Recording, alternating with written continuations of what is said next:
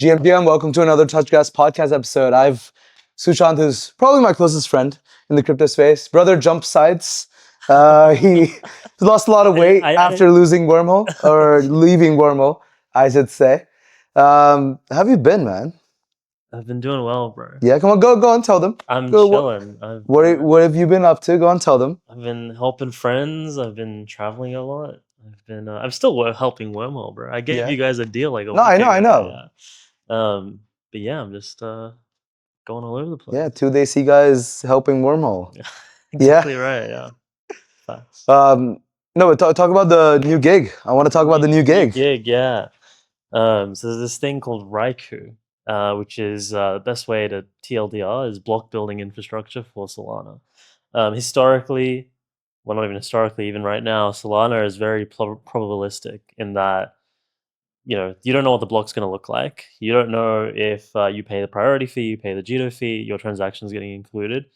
Obviously, you can pay a lot, but it's still a hope and pray. Then there's the whole thing where it's like, there's so much MEV that takes place on Solana. Like right now, 35-40% of all validated revenue is coming from MEV, which is fine. MEV in and of itself is not inherently bad. But if we want Solana to be the chain that enables or becomes NASDAQ 2.0, you not only have to get rid of the probability of transaction inclusion. Like, if we go back to Web 2, if you buy compute, you will have it a week from now, a month from now, 3 seconds from now. But you don't know if your transaction is getting included, next block, let alone anything greater than that. So if we bring that from being probabilistic and we make it more deterministic, we make block space much more reliable and much more in line with what TradFi is used to. And then on the MEV side, again, there's nothing wrong with it. It's just going to take a new form. I mean, in TradFi, what MEV really looks like is, you pay for deal flow or you pay for order flow. A great example of this was, of course, when Robinhood shut down GameStop. And of course, obviously this was happening anyway, and obviously it became like a big negative thing, but this happens all the time for every asset and every asset class. They'll pay for order flow from these retail venues, so they know what people are trading ahead of time, and they do their little arbitrages. And basically, if we're able to kind of streamline that and not make it all topsy-turvy like it is now, it'll be good, not only for Solana, but obviously it'll be good just in general as well. So what kind of use cases does that unlock? Like give us so a lot of our audience, like developers out of APAC. Yeah. What kind of stuff can they build on top of Raiku? So right now, if you want to get a transaction included on Solana, you have to, typically you'd use Jito, where you basically tip Jito, or rather you tip the validator and say, hey, if you include my transaction, I'll pay you a little on the side. And that's kind of how, like I said, 40% of all validators make 40% of their money. Now, that works great, and it's worked great for quite some time. Jito did a lot of work to really make Solana far more reliable than it was before. Something on Ethereum that's quite good is that all transactions are sequential. On Solana, however, if you're interacting with the same address, neither of them happen. And so this is a way for you to prioritize individual transactions over each other because there's a financial incentive for the validator to do so. So there's that aspect. Then on the other side, something that we can unlock or kind of create is ahead of time block space. So what does that mean?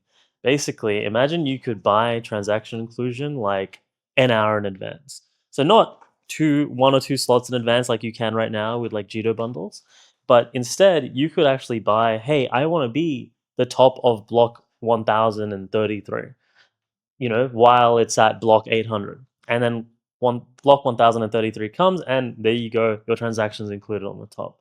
So what that unlocks is all of a sudden it becomes a lot more reliable. You're able to actually project ahead and know that, okay, this is happening at this time in this block. For individual users, they're not going to know a difference, and they shouldn't know. If they know the transaction inclusion methodology that the validator that is building that block in which they push their transaction is using, something has gone horrifically wrong. So what'll really kind of be the unlock is that market makers, people running strategies on chain, oftentimes a lot of the people running these MEV strategies will be able to just kind of hedge their spend on block space and basically buy it ahead of time, know that the transaction is going to be included so they can drop their kind of cost of doing business effectively. So basically makes Solana more reliable Deterministic, okay. yes. So reliable, yes. But we like to use the word deterministic because with reliability, it kind of implies that there's degrees, there's a spectrum of reliability. And of course, when Solana launched, it was not reliable at all. I mean, there's all the memes about it going down all the time, but I mean, that's a different can of worms. And then Jita came in and did a ton of work of kind of making Solana far more reliable. But what we're kind of proposing is, let's not talk about reliability. Let's just make it like Web 2 or TradFi, where it's like, what's going to happen in advance and you have kind of guarantees that it will happen. And so, yeah, that's kind of the long and short of it, really. So essentially, if you're a market maker, if you're building a trading terminal, those kind of instances where it's better to be deterministic, that's when you should think about building on Raiku. Exactly right. Like, I mean, everyone who's running strategies on chain, they know, they know that they're going to be pushing transactions in like every block of Solana. So rather than trying to like bid in the moment, which has its own, can of worms that kind of open up in terms of like, do you get in? Do you not? How much do you have to pay? You can't really project how much you're going to pay for that block space. If you're able to buy it ahead of time, have a pre-confirmation or a guarantee that yes, you will be included, then all of a sudden you'll have all these market makers buying block space ahead of time. And the best thing is they're not locked in. So if you buy too much, block space ahead of time, well, you can It's just kind of a sell it. waste. Well, it would be, right? Yeah. But you could sell it on the secondary market and maybe someone else, Joe Schmo, he's like, oh, I actually need that block space. You know what? I'm just going to buy it from whoever. Maybe it's at a discount. Maybe it's at a premium. We'll figure out, well, we won't. The market will figure out those financial dynamics. And then all of a sudden what you're doing is really financializing block space as the commodity that it is. Is the plan to just stay on Solana or build this for other ecosystems? Yeah, the plan's to stay on Solana. We think, the thesis is, and hopefully the thesis of a lot of people, is that Solana is where NASDAQ 2.0 happens. And if that's the case, there's a lot of things that need to change around the determinism of how the chain actually includes transactions for that to really take place. So yeah, definitely, we're sticking to Solana. We're taking a bet on Solana, and I think most people should. What do you think about Breakpoint? How do the It's vibes? amazing. Yeah, it's always amazing. How many breakpoints have you been to? I've been to, this is my third. Third, okay. All sequential years? Yes, exactly right. The 2022 one, the 2023 one, it wasn't that great. The vibes were kind of, yeah. But the important thing was the vibes were still better than any other, EVM conference or just generalized crypto conference. And I think the main reason is like, if you go to ETC, yes, it's an Ethereum event, but you've got the Optimism guys, you've got the Arbitrum guys, you've got Base, you've got like 1,000 gajillion. I think what's really interesting about this conference, even though it's a Solana conference, a lot of the EVM folks have come through. They want to be here. Like all the VCs that are like prominent VCs are here. Every builder is here. A lot of the base people are here. Yeah, it's interesting. My good friend Evgeny, who's the DevRel at Wormhole Foundation, he tweeted something. I was with him when he tweeted it because we went to DevCon together like on the first day, and he's like, the first two people I've talked to at DevCon, they're leaving EVM and coming to Solana, and then Solana retweeted it. So good on him. So yeah, I think this is I think on the EVM side, like I don't know this for a fact, but this is kind of my vibe.